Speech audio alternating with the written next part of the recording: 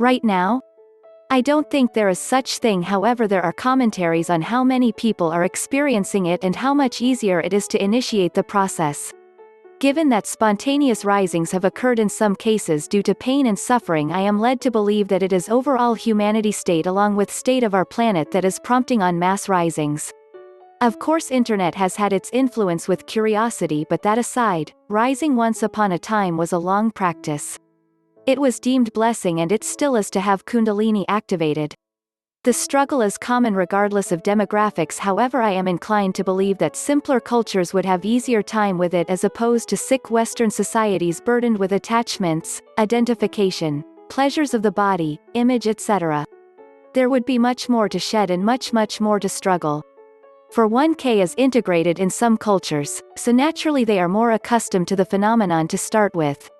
This conceptual understanding and cultural conditions surrounding K are fantastic building block. The West starts with 5-minute Buddhism right into the abyss. K is not meditation, but all meditation is K. Tamil and Upanishad texts focused on one's conduct, and Buddha expressed this in his 8-path teaching.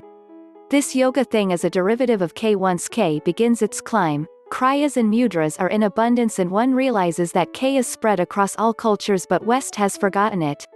So we create 5-minute this, 5-minute that, beautiful white yoga attire, turbans etc. Ridiculous. It is all depiction of K work on one's body. So someone decided to brand it and sell it.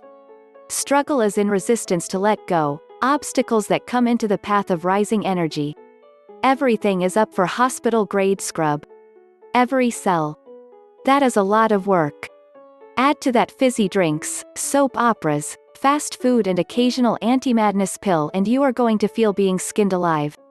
K is not there to hurt you, but you will not want to give up all your insanity. You will hold on to designer shoes as if they are part of your body and it will feel like someone hacking off part of you. This is the struggle. And most Westerners want the mystical experience. Just a selfie if possible. All in a 5-minute smiley environment, you know, the new age stuff. Insanity. This is a process of purification, and unless you are willing to give up everything, even yourself. It will be a struggle either way, but difference between honey sweet pain and being skinned alive is notable. Struggle with the most? Oneself.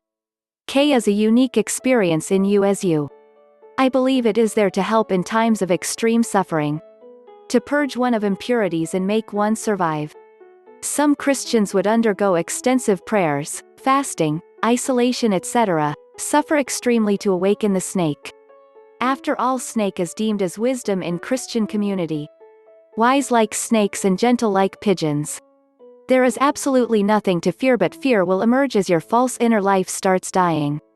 One sees the truth within and in everything. Your body starts feeling like a shell. The entangling begins. Resistance is the pain, resistance because of lies we held to be the truth. It is a dive in the abyss. A double-edged sword that cuts good flesh with the cancer. And struggle ensues because you are turned upside down only to realize that you were upside down and finally right side up. It is the greatest frontier. Despite all the struggle, one is pulled towards the singularity. It's a slow process of experience and realization. It is perhaps good to have community around to exchange experience and receive guidance. On the other hand, K is a complete process and a guru in one. Everything is revealed, one is guided. Certain faculties are acquired that here, see this guidance. It leaves one in awe. You are safe, safer than you will ever be in your current capacity of limited mind. No two awakenings are alike, because we're all built differently. All awakenings, though, prompt the beginning of the dissolution of ego.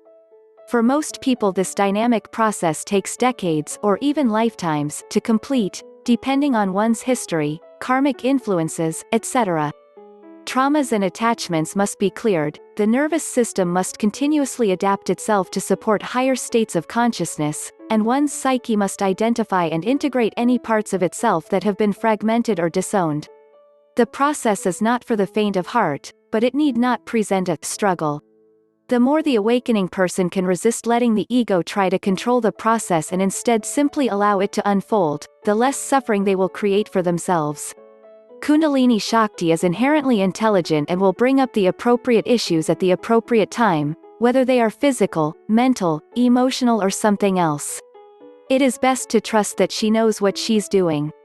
I have observed the unfolding process to be cyclical. Periods of intense upheaval seem to alternate with periods of relative calm during which the awakening person can rest and regroup.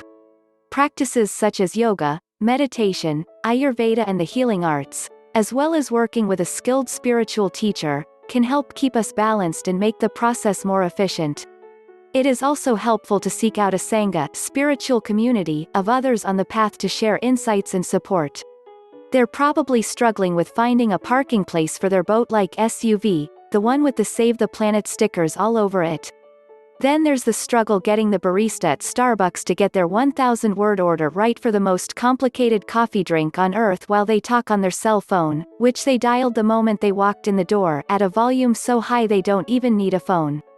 Scuffs on the Birkenstock sandals are another issue, and fitting into those 5 sizes too tight yoga pants is a real struggle.